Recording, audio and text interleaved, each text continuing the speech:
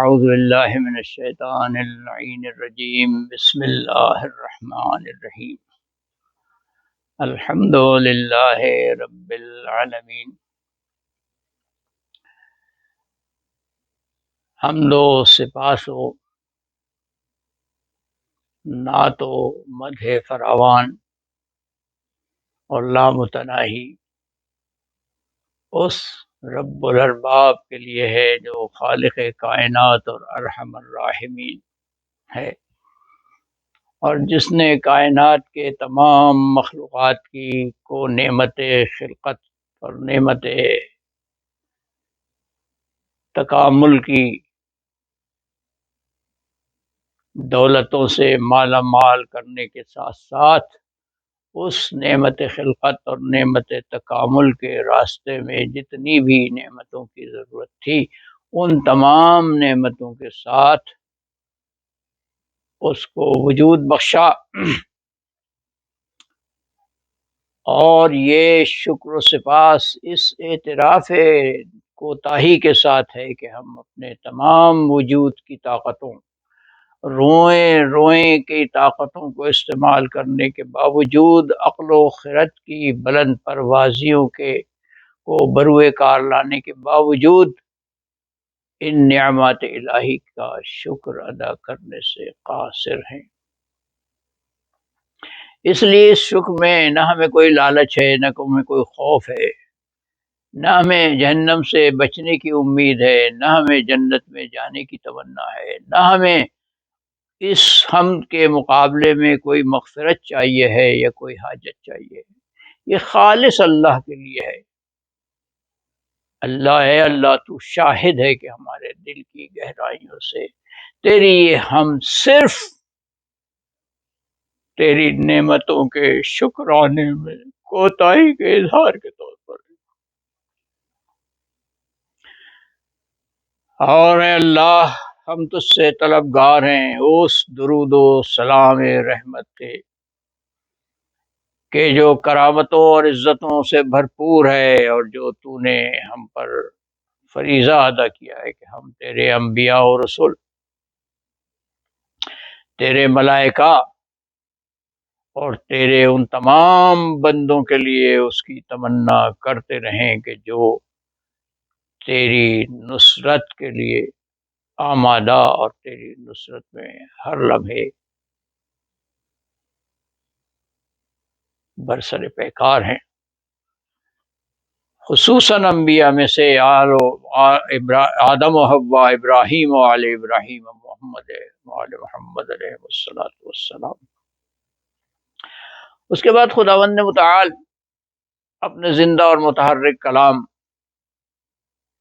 قرآن حکیم میں ارشاد فرماتا ہے کہ بسم اللہ الرحمن الرحیم، یا ایھا الذین آمنوا ان تنصروا اللہ ینصرکم ویثبت اقدامکم۔ اے صاحبان ایمان، اب جب تم ہماری مدد کرو گے تب ہم تمہاری مدد کریں گے، اور تمہیں تمہاری وہ طاقت دوبارہ تمہاری اندر اجاگر کر دیں گے جس کو دے کر ہم نے تمہیں بھیجا ہے، اور جس کے ذریعے تم کائنات کی تکامل کی حرکت کے دوران آنے والی مشکلوں اور صعوبتوں اور پہاڑوں اور طوفانوں سے ٹکرانے میں لذتیں محسوس کرو گے۔ اس سے بات قدم نہیں۔ تو بات یہ ہو رہی تھی کہ جب خداوند عالم ارشاد فرماتا ہے کہ بسم اللہ الرحمن الرحیم،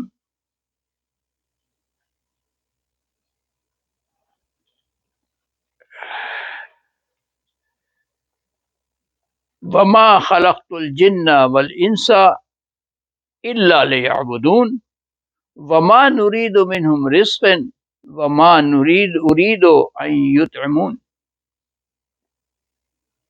ان اللہ هو الرزاق ذو القوة المتین۔ ابھی تو اس کا ایک جملہ ہمارے مد نظر ہے، اور وہ یہ ہے کہ ہم نے انسانوں اور جنوں کو صرف عبادت کے لیے پیدا کیا، اور کوئی مقصد ہی نہیں ہے. اچھا اب مسئلہ یہ کہ عبادت کیا ہے؟ کیا عبادت فقط نماز و روزہ ہے، حج و زکوٰۃ ہے؟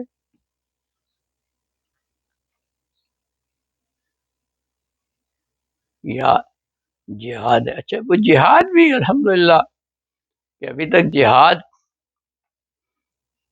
مسلمانوں نے جہاد کا مطلب بھی وہ نہیں سمجھا جو اللہ چاہتا تھا. مسلمانوں نے جہاد کا مطلب قتل و غارت ہی سمجھا. اللہ نے تو قتل و غارت کے لیے ہمیں بھیجا ہی نہیں.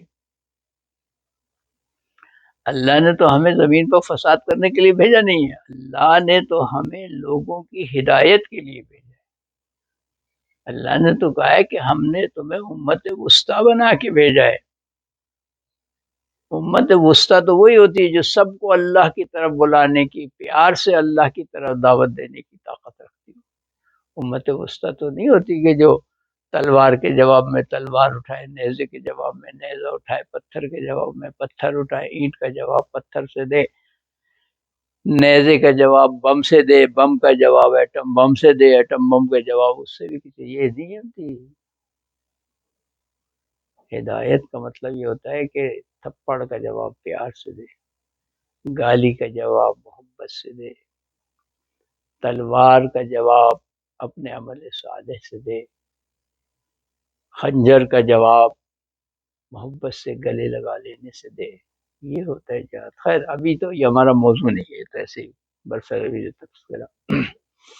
تو بات سمجھنے کی یہ ہے کہ یہ جو ہمیں سمجھایا گیا ہے کہ دین اور دنیا، یہ دنیا اور اس کے بعد کی دنیا، یہ دو الگ الگ چیزیں ہیں. ایسا ہے نہیں، ایسا نہیں ہے.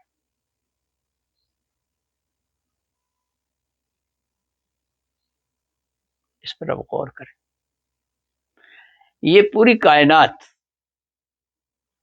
اپنے تخلیق کے جن مراحل سے اب تک گزر چکی ہے،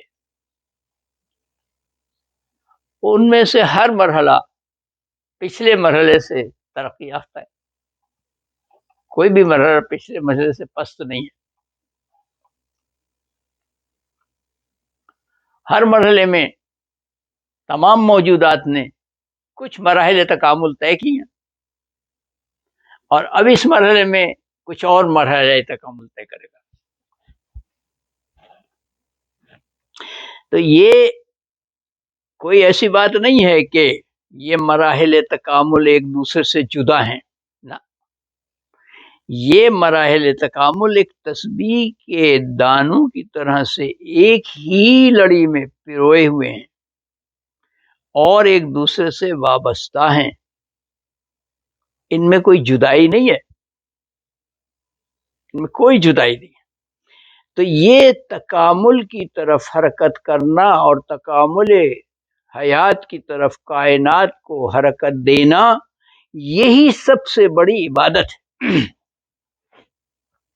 یہ نہیں کہ یہ عبادت کا ایک حصہ ہے، نا، یہی سب سے بڑی عبادت ہے.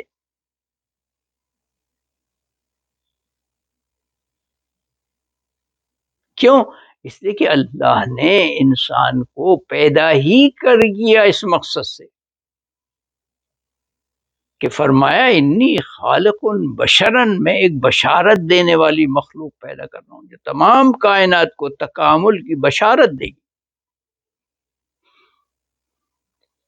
تو جب میں اس کو تیار کر لوں اور پھر اس میں نفخت فیہ من روحی، اپنے صفات پیدا کر لوں، اتنا مضبوط اس کو بنا دوں، اتنا موصل اس کو بنا دوں کہ یہ میرے صفات جیسی طاقتور انرجی کو اپنے اندر سمو سکے اور پھٹے نہیں. تب اے میری طاقتوں کے سرچشموں، فقعوا لہ ساجدین، ہمیشہ اسی کی بات پھر ماننا ہے. تو اب ہماری عبادت یہ ہے کہ ہم سجدہ کریں، رکوع کریں اور نماز پڑھیں. ایک بہت چھوٹا سا حصہ ہے یہ بنیادی حصہ نہیں ہے. عبادت تو ہماری یہ ہے کہ ہم فرشتوں کو بتائیں کہ تمہیں کیا کرنا چاہیے آج کی دنیا میں. ہم دنیا کے ان طاقتور مفکروں کی ہدایت کریں کہ تمہیں اس فکر کو کس طرف ڈائیورٹ کرنا چاہیے. ہم انڈسٹری کے ان بڑے بڑے موجدوں کو کہ جو نئی نئی چیزیں ایجاد کر رہے ہیں ہماری سہولت کے لیے، ان کو یہ نقشے دیں، یہ آؤٹ لائن دیں، یہ روڈ میپ دیں کہ ان چیزوں کو جو تم ایجاد کر رہے ہو کس سمت میں لے جانا چاہیے تم کو، تاکہ وہ تکامل حیات کائنات کا سبب بنے، اس میں رفٹ پیدا نہ کریں، انتشار پیدا نہ کریں، اس میں طبقہ سازی نہ کریں. یہ ہے عبادت. اور یہ تمام زندگی سلسلہ ہے. اور جیسے کہ میں پہلے بھی عرض کر چکا ہوں کہ خداوند عالم نے یہ نہیں کہا ہے کہ موت جو ہے وہ حیات کا تتمہ ہے. خدا نے تو یہ کہا ہے کہ خلقنا الموت والحیات، موت سے حیات نکلی ہے. تو جب بھی کسی بھی درجے کمال تک پہنچنے کے بعد کوئی وجود موت سے دوچار ہوتا ہے تو وہ ایک نئی اور ترقی یافتہ حیات کی طرف حرکت کرتا ہے. اس لیے اگر ہم یہ بات سوچ لیں کہ جب سے ہم خلق ہوئے ہیں وجود حضرت آدم کے ساتھ، اس سے اب تک اگر ٹریلینز ہاں نوری سال کا سفر ہم نے اور ہمارے آباء و اجداد نے طے کیا، تو اس ٹریلینز نوری سالوں میں ہم نے کون کون سے مراحل تکامل طے کرنے کے بعد اب ہم اس زندگی میں آئے ہیں. اور اس زندگی کے بعد وہ جو کہتا ہے کہ فَلَنُحْيِيَنَّهُ حَيَاتًا طَيِّبَةً، کہ اب ہم اس سے جب ان کو نکالیں گے تو ایک اور پاکیزہ اور بلند زندگی دیں گے. تو وہ کیا ہے؟ یہ بہت دور نہیں جاتے، ہم آپ کو بہت چھوٹے سے ماضی کی طرف لے جاتے ہیں کہ فرض کیجئے کہ آپ کی عمر 60 سال ہے، 80 سال ہے، 40 سال ہے، 20 سال ہے، 15 سال ہے، 10 سال ہے. یا میرے سننے والوں میں سے کچھ اتنے ہوشیار بچے ہیں کہ جن کی عمر 4 سال ہے، 5 سال ہے، 2 سال ہے، 3 سال ہے. تو یہ سب لوگ یہ تو جانتے ہیں نا کہ ایک زندگی ہماری 9 مہینے کی اماں جان کے پیٹ میں گزری ہے، اور جب اس کائنات سے ہم مرے ہیں، اس کائنات شکم مادر سے ہم مرے ہیں، تب اس کائنات میں ہمارا وجود آیا ہے. اور ہمیں کہا گیا یہ تمہارا تبلد ہے، نہیں کہا گیا کہ یہ تمہاری موت تھی. کبھی آپ نے یہ سوچا کہ ماں کے پیٹ میں آپ جب مرے تھے تو یہاں آئے تھے؟ اس لیے یہاں آ کے جب آپ نے سانس لی تو آپ کی نئی زندگی شروع ہوئی. اور یہ نئی زندگی ماں کی پیٹ کی زندگی کے مقابلے میں کئی گنا ہے، اور کئی گنا استعدادوں کو لیے ہوئے آپ کے ساتھ.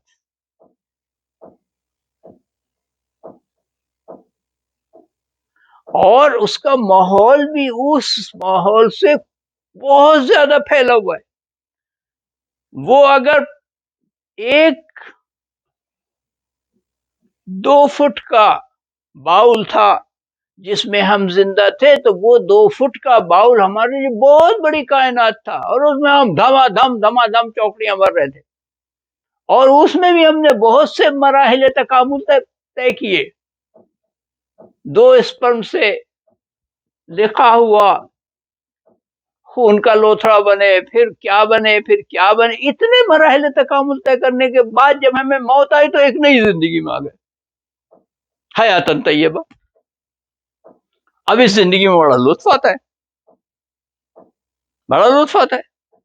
تو اب اس زندگی کا باؤل اتنا بڑا ہے کہ بڑی بڑی مشینریاں اس باؤل کی ہیبت کو، اس باؤل کے طول و عرض کو، اس بائل کی شعاع کو ناپ ہی نہیں سکے ابھی تک، سمجھ ہی نہیں سکے کیا ہے. اور اس باؤل کے مطابق جس باؤل میں ہم ماں کے پیٹ میں رہے تھے، وہ 9 مہینے ہمارے لیے شاید اس وقت اگر ہماری سوچیں ہمیں واپس مل جائے تو ہمیں وہ وہی بلین سال لگے ہوں گے، وہ بہت بڑی عمر میں لگی ہوگی. اور وہ باؤل بھی ہمیں بہت پھیلا ہوا لگا ہوگا، اس لیے ہم اس میں پھدکتے ہی رہے، چین سے تو نہیں بیٹھے نا. تو جب اس باؤل میں ہے تو یہ باؤل ہمارے لیے حیرتوں کی انتہا لے کے آگے، اللہ اکبر، یہ کیا زندگی ہے. اب اس وقت بھی ہم اماں کی پیٹ سے نکلنے کے لیے تیار نہیں تھے، آج بھی ہم اس دنیا سے نکلنے کے لیے تیار نہیں ہیں. یہ جو کہا جاتا ہے مادر گیتی کے مانا زمین نہیں ہے، مادر گیتی پر کائنات کا جو باؤل ہے اس کے اندر ہمیں.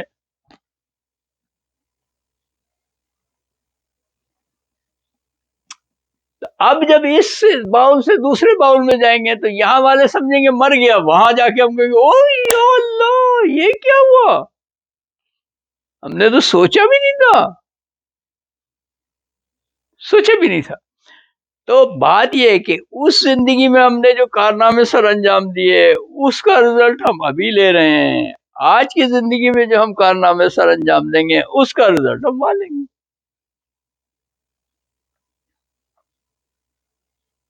سلسلہ حیات یوں تکامل کی طرف حرکت کر رہا ہے، اور اس تکامل کے راستے میں جو اللہ نے ہمیں نعمتیں دی ہیں اور جو ہمارا فریضہ ہم کو عطا کیا ہے کہ اب تم پوری کائنات کی تخلیق و تکامل میں میری مدد کرو اور خود تخلیق کرو کائناتیں، خود ان کائناتوں کے اصول و ضوابط کو چینج کرو.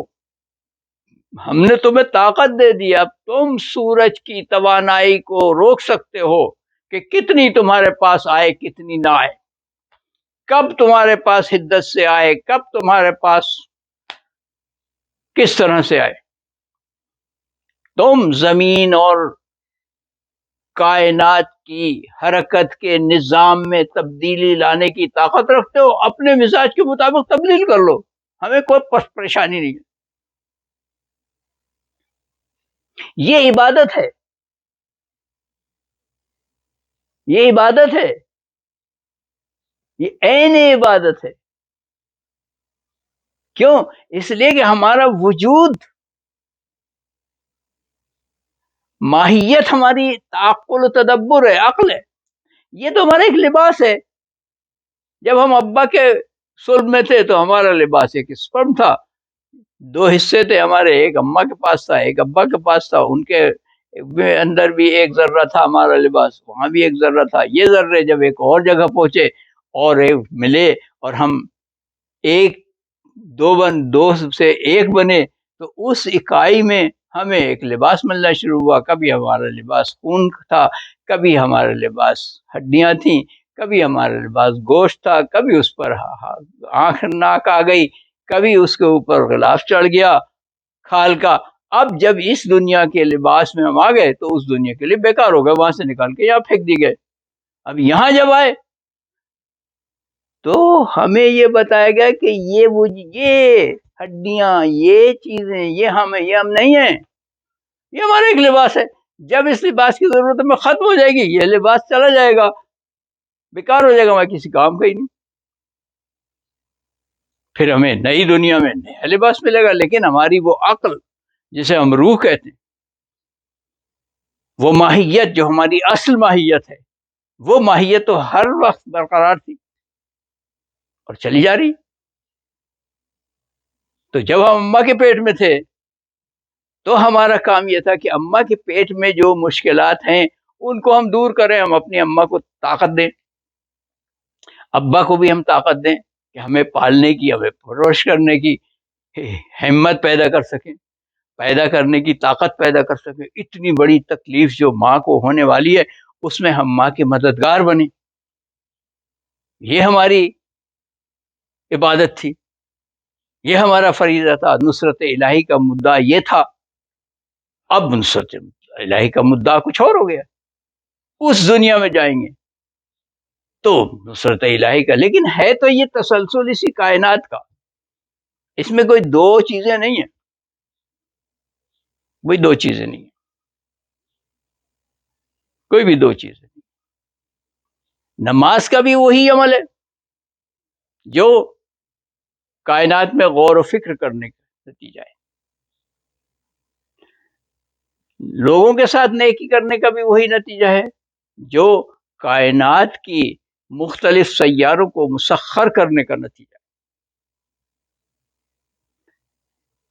انسانوں کو علمی اور فنی تربیت دینے کا بھی وہی ثواب ہے جو نماز جمعہ پڑھنے کا ثواب ہے، اور اس کا بھی وہی نتیجہ ہے جو انسانوں کے کاموں کی میں سہولت پیدا کرنے کے لیے مشینری ایجاد کی جا رہی ہے. اگر ایک ایسی مشینری انسان کے پاس آ جاتی ہے کہ بہت سے ایسے کام کے جو مشینری انجام دے سکتی ہے وہ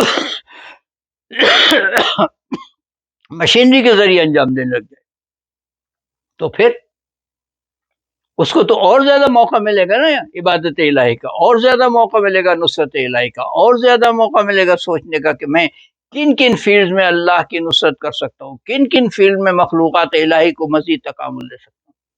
تو یہ ساری چیزیں مل کر عبادت ہیں. ایک عبادت انسان تنہا کرتا ہے، ایک عبادت انسان پوری کائنات کے مخلوقات الہی کے ساتھ مل جل کر کرتا ہے. اس میں اور اس میں بڑا فرق ہے، اس کی ہیبت، اس کا ثواب، اس کا نتیجہ بہت بڑا ہے، بہت بڑا ہے. تو یہ بات سوچنا ہی کہ عبادت نماز و روزہ ہے اور یہ چیزیں عبادت سے خارج ہیں، اس سوچ سے نکلیے، اس سوچ سے نکلیے. آج کی تقریر کافی لمبی ہو گئی، بہت معذرت خواہ ہیں ہم آپ سے. وآخر دعوانا الحمد للہ رب العالمین. اللہم اخرجنا من ظلمات الوہم واکرمنا من نور الفہم. اللہم افتح علینا ابواب رحمتک وانشر علینا خزائن علومک برحمتک یا ارحم الراحمین. اللہم کن لولیک الحجۃ ابن الحسن صلواتک علیہ وعلی آبائہ فی هذه الساعة وفی کل الساعة ولیا وحافظا وقائدا وناصرا ودلیلا وعینا حتی تسکنہ ارضک طوعا وتمتعہ فیہا طویلا برحمتک یا ارحم الراحمین. اللہم صلی علی محمد وآل محمد وانبیاء اللہ والمرسلین وملائکتک المقربین وعباد اللہ الصالحین الاخص عباد الذین ینصرونک یا اللہ رب العالمین. والسلام علینا وعلیکم ورحمۃ اللہ وبرکاتہ. وآخر دعوانا ان الحمد للہ رب العالمین.